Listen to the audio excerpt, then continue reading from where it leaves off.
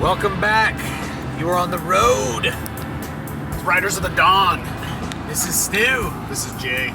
And what are we going to talk about today, Jay? Well, we had this question last week as we were working through our own projects, and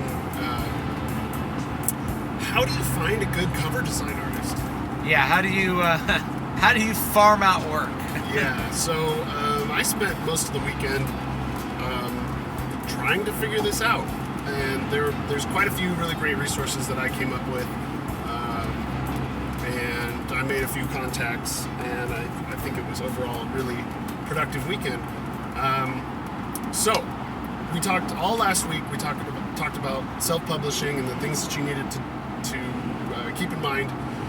And one of the big things we talked about was your cover design, because that's your major point of marketing when you're trying to get your book sold. That and your description, your book description. But you can. But it's first it's layers. Yeah, it's layers. So you have to think, selling someone a book is just like opening a book. The first thing you see is the cover. That establishes all your expectations. You open up the page, maybe flip to page 1, and then you maybe I'll buy this book. Yeah. Right. So, I would say in Amazon, you're going to proceed in this order. Cover. People read the description. Reviews. And then the last thing is, on Amazon, you can click and you can read the first part of the book. Yeah. So that might be the last thing to push them over the edge. So you got to have a really good page 1. Yeah. If your page one inspires immediate interest, then you're more likely to convert that sale. Yeah, but that's the last thing that you're likely to do to convert the sale. Yeah, that's still the last hurdle. It's the last thing. And I actually feel like, just as a by the way, I feel like the beginning of Muramasa Blood Drinker, which is actually the first thing I wrote was the beginning, which I don't usually do that with books. Usually I start writing and then I actually write a new beginning. Yeah. For this reason, because I feel like I need to grab readers, and also I have a better idea of the story by the time I finished it, and I feel like the beginning can be better. But it just starts with a quote, and then you figure out the context of that quote is something that's written on a piece of paper that a severed head is lying on. And by the time you get through the second paragraph, you're like, I have to know where this goes. I have to know what's with this severed head sitting on a bed of rice, like he's about to eat it. Yeah. So anyway, that's the last point to sort of convert a reader. So your book cover, depending on your genre, is going to change what kind of book cover you're going to be working on. Now, we talked about a lot last week about being able to design your own, and some of the color palettes and expectations that your genre might have. Well, the same thing goes if you're looking for someone to make you a cover. The first thing that I did was I spent about 2 hours just on Amazon looking through covers in my genre and picking out covers that I liked that attracted me, because I am part of my own reader base, at least as far as genre goes. So when I saw a book that interested me, that spoke to my genre that I'm writing in, which is action, urban fantasy, not paranormal romance. I saved that, and I wanted to really look into that and see how those details work. After I had a good idea of what was happening in the genre currently, what was selling, part of that was also, did these books have a lot of reviews? Were they bestsellers? Because that's an indicator that the cover's working. Mm-hmm. Yeah. So the next thing was, I checked out bookcoverdesigner.com. Bookcoverdesigner.com. And what that is, if you're not familiar with it, is a website where artists make pre-made covers for books that are they're pretty genre specific. Some of them are really good. Some of them are not very good. Some of them are really expensive, and some of them are not very expensive. So I think the range I saw was from like $35 all the way up to like $800. So, I've seen 1,500 for pre-mades. Oh, not for pre-mades. No, this is for pre-mades. So Okay. this is. I thought 800 was pretty expensive. That's pretty for high pre-made. for pre-made. It was a good-looking cover, but it wouldn't work for me. The advantage of the pre-made. So here's the advantage of a pre-made cover. A lot of cover artists will, if you look at their portfolio, they'll have a pre-made cover. A couple of them, Yeah. and some of them they'll mark them if they're sold. The advantage of pre-made covers, you know exactly what product Yeah. you're getting. Like you look at it and you're like, I know exactly what that is, and I know I want it. Yeah. And so there's no chance that the cover designer is going to come back with a design that you're like, oh, I'm not sure about that. Yeah. Because You you know? already know you liked it. It caught your eye. So the reason I did it in this order is because I wanted to know what was doing well in my genre before I went and looked for something that I thought would work for my book. So I had that in mind when I was scrolling through 99 covers. There was a couple of times where I found artists that I really liked their work, and I thought they were really striking and really genre specific. And some of them have their contact information because they do freelance work. So unfortunately, I saw a lot of things that I liked with no way to contact this person. It was just, that's what they did, was they made pre-made covers. They didn't want to deal with authors. That's all I could find on them. One artist in particular, she had her contact info. I got to go to her website, see all the other work she had done. I went to her DeviantArt page, saw the work that she had done there, and I really liked it. So I contacted her via email, and we corresponded for a while, and I think worked out a deal. So I got a cover for Immortal Fear coming. That's really exciting. It's really exciting. And I found this person through a pre-made cover that she made, and it was a pre-made cover, and I thought, wow, this is awesome. If only it were this with this or this. Yeah. So it's exciting. It's really exciting. I was able to see something that just really grabbed me, and very reasonable. Part of the reason it was so reasonable is because she runs this business, but she's like us. She does lots of things on top of that. So though her time is really valuable, and I want to make sure that this artist gets paid what they're due, she doesn't feel like Noah Bradley or someone who just like can. Noah Bradley, he's not even doing freelance work right now. Yeah. Because I contacted him, and it's like he's like, I'd only do it if it was like really. He's not doing book covers right now. It's like I'd only do it if it was a really special project, like massive video game or something like that. Right. Because he's right now he's basically making most of his bank doing other things, like setting up art schools and art camps and stuff to try to teach people how to actually do art. This is a funny thing I found in this long set of research that I've been doing it for a while, but I hit it really hard over the weekend. So Matt, all the really good illustrators aren't American. They're not American. They're in Europe somewhere. Yeah, they're in Europe or they're South America. They're in South America. The big place is the Eastern Bloc. If you're in Eastern Europe, if you're in former Soviet bloc, it's full of like amazing illustrators. Yeah. And I got to thinking, I'm like, why is that? I'm like, well, think about all the people you knew that have art degrees from the United States and whether they were good at art. And then you have an understanding. I know this is we're bringing politics into it again, but it's like our university system doesn't teach people how to be good at art. Yeah, it teaches them how to be snobs at art. It snobs about stuff that sucks. Like there's a YouTube video. Go look it up. It's by Lindy Beige, one of my favorite YouTubers. He's a British guy on why I hate modern art, and he pretty much sums up why I hate modern art. You should go look at it, and it's a pile of dung and like a room, and you're like, this took no effort, and it displays no skill. Therefore, I don't have any reason to want to look at it. Well, it can't like move me if it doesn't even remotely attract me. If American art is the epitome of the emperor's new clothes.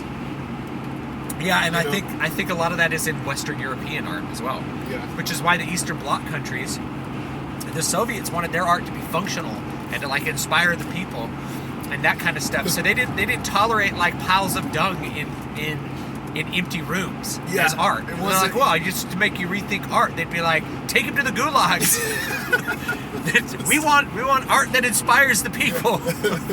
Right? So like anyway, like it ended up with that whole trend just didn't affect Eastern Europe as much. So I see all these illustrators, it's packed with people that are both self-taught and university educated. Yeah. As much as you can be in the Eastern Bloc, that are great. They're amazing. Their work is great. The illustrator that I'm probably going to end up using for my cover is from Turkey, right? Mm-hmm. And he's amazing. His name's Kerem Bayat. He did the cover of Twilight Force's last record, just so you guys know.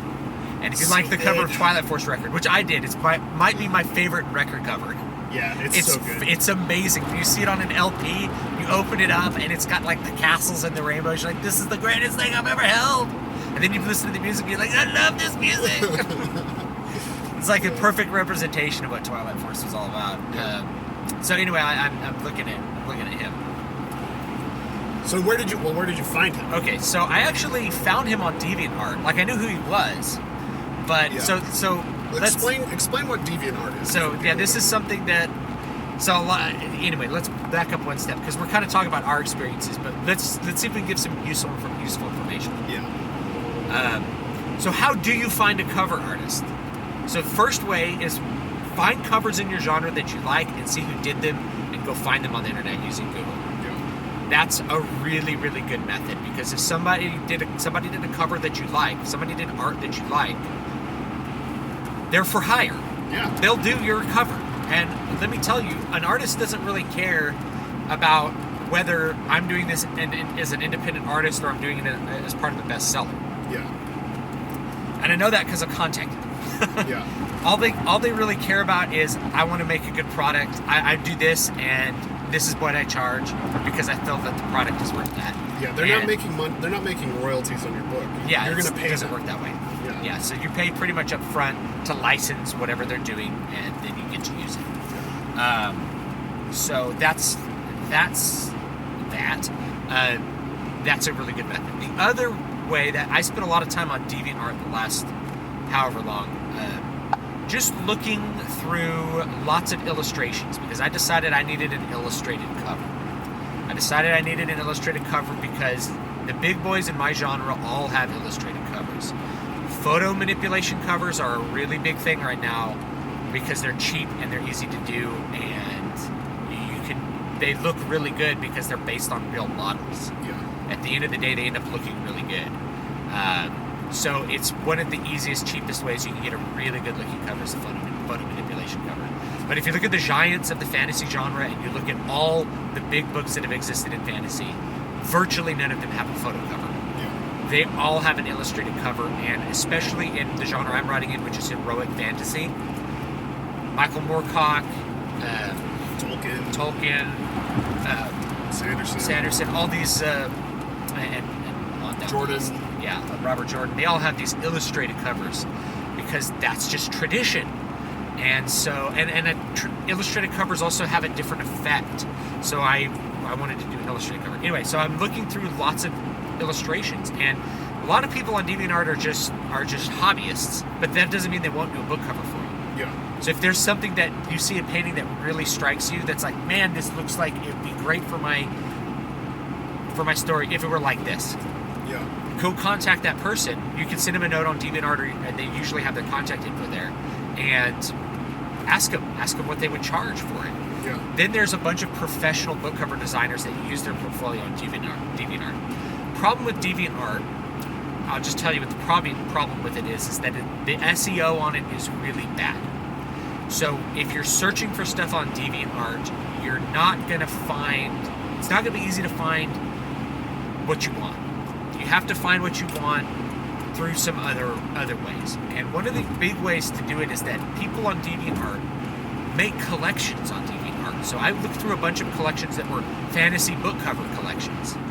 And so then I just found a bunch of people and I made a document and just started collecting all their info and contacting them and figuring out their prices, figuring out their work schedule, figuring out the way that they wanted to do work, and basically went from there. I found Karen Byatt on it, and I was like, this art style is really familiar. And then I looked, at Karen Byatt. I'm like, where do I know that name?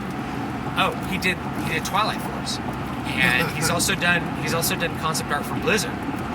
And it's like, well, screw it. I really, really like his art, and I think it's extremely striking. I think it would sell. So I'm going to contact him. And so I sent him an email, and he shot me back an email right away. And it wasn't like a form email. Yeah. He just had a bunch of links, and he's like, so here's all the price points I offer, you know. Yeah. And he goes, I'll, blah blah blah blah. I also license these images that I've already made. I go, great. That gave me a really, really good idea of the budget. I figured out Twilight Force probably paid him about $10,000 to do all their work. Now, $10,000 is a big investment if you're an author, but if you think about what Twilight Force was going for as far as their aesthetic on their album, it was probably worth it. They nailed it. They nailed the other thing is, they freaking nailed it. Their double CD on Amazon has been sold out for 6 months. Since Christmas. Their LP, they're having to do more pressings of. Yeah. Because they've sold out the first 2 pressings of. They're sold out. Yeah. Oh man. This band is like exceeding all sales expectations, I think. It's because they're in such a small sliver genre of metal, but they're huge. Yeah, they're huge in that power metal genre. And they're becoming huge. Yeah. And I think they're going to be even bigger. I can't wait for their careers, let me tell you. Yeah. It's really cool to see guys doing exactly what they want to do and being great at it. Yeah. But that cover was probably worth it, not just because, there's inner cover art that people don't see until they open the album, but it creates a great user experience. And that giant purple dragon with the fairies, people see it. I saw it on Nuclear Blast website. I'm like, I gotta have this. I gotta have this. That cover was really what attracted my eye, and that's in music. That's not even in a book. In a book, it's really important. You're going to have the same sort of consumer effect. So I contacted him, and I got a lot of different price points. The worst that somebody can say is that I'm not accepting freelance art. Yeah. Or I'm only accepting art through an agent, which I don't know of any who just do that. Especially in the market today, right I don't see that as being an issue. So DeviantArt. Yeah. That's a big place. Find the collections on DeviantArt if you can. Yeah. Book cover designer. Yes. That's where I found mine. Now they had illustrations and photo manipulation. Most of them were photo manipulation. Let's see. Derek Murphy talks about 99 designs quite often. Those are pre-mades, and there's also some templates that you can use. Yeah, so that you can sort of you buy the pre-made and then or buy the template and then you put in the images. You put in the images that'll work for you. And they've already designed all the typefacing and stuff for you to be successful there. I've heard of people using Fiverr. I didn't even bother, to be honest. I wouldn't bother either. But if you've looked at Fiverr and you have something different to say, I'd love to hear it. Another place that a graphic designer, a friend of mine, mentioned was called Elance, but I think that's American only. And as we talked, if you can find someone out of the country, I think you're going to do better. There's also some other resources, including Shutterstock. Though you wouldn't want to buy a pre-made off Shutterstock, you'll find artists on Shutterstock. That's true. And you'll find images on Shutterstock that you may want to use. And then there's also Adobe has its own little portfolio site. I haven't really done a lot with it because it's pretty new, and DeviantArt is still like one of the big ones as far as like being able to see a lot of different art. But you can also try Adobe's one. It's called like Adobe Stock, and it's full of cool stuff. I'm trying to think if there's anything. Yeah, look in the book. I think it's going to be mostly the best advice that I think I can give regarding a cover. If you're concerned about contacting an artist, like if that makes you anxious, get over it. I'll give you some advice. This is how you do it. hello, my name is X. Your name here. I'm working on a book in genre Y, and I'm looking at a release date of X. I found your portfolio through this medium, and I wanted to contact you on about a freelance job working on a book cover. Now, you also need to mention if you just want an ebook cover or if you also want the paperback, because that will affect the price. I say ask for pricing. I'm looking to do this, and what's your availability, and what's your client client procedure? Meaning, like, how do you usually do it? And so an artist will get back and be like, I usually do this. I come up with the scratch design, or I come up with the sketch. You approve it. I do the full art, and then you pay me half here and half, like the whole. Yeah, however they work it. Yeah. So for me, what I was doing, because I knew how much money I had to spend. So if I said, this is the budget that I'm working with. I would love to know your pricing, and let them, if I was way under their price point, they could just tell me that. You just be like, I don't. Yeah, that's not. I can't really. Nothing that I'm doing right now is worth that, is for that price point. But that way you're. I don't know. I felt like it sped up the process quite a bit, where we didn't have to go back and forth dancing around price. Yeah. For me, it's just, I just ask, a lot of them will have different tiers. Yeah. And you can just look and be like, okay, I know what I'm getting for that. And they're like, anyone that's been doing it for a while, they know that, like, people are looking to find different price points. So like Karen Byatt, he's like, it's $800 for just a character portrait with just nothing really else in the background, or like an extremely simple background. It's going to be this much for character plus background. It's going to be this much for multiple characters plus background. It's going to be this much for full wrap with this, and so you go down the list until you get to, like, it's $10,000 for me to design an entire package, like what I did for Twilight Force. It's like, cool. And so you get an idea that goes, like, and then you can license images for less. It'd be like $800 on up to infinity, essentially, depending on how big you wanted the project to be. Yeah. Here's the last thing that I really want to say before we call it. If you are concerned about the price of your cover, what you need to be thinking about is the return on investment. Now, that doesn't mean you should avoid things that cost money. If you paid, we talk about this guy Derek Murphy a lot. You should know who he is if you're an author, because he provides a lot of resources that are really going to help you make money and really going to help you just get your product and have it be good. He will still design your cover. It's $1,500. Yeah. And what he offers as part of that $1,500, he's like, hey, I've been marketing books for 10 years. You get that too. Yeah. I will tell you exactly how to market your book to make it successful. I don't just give you the cover. I give you all these banners, all these things you can use on your website and for advertising. I give you all the ad materials up front, and either they're pre-designed to sell. So I'm giving you a lot of value for that $1,500. And if you look at the $1,500, you're like, maybe you don't have $1,500, so you have to think less.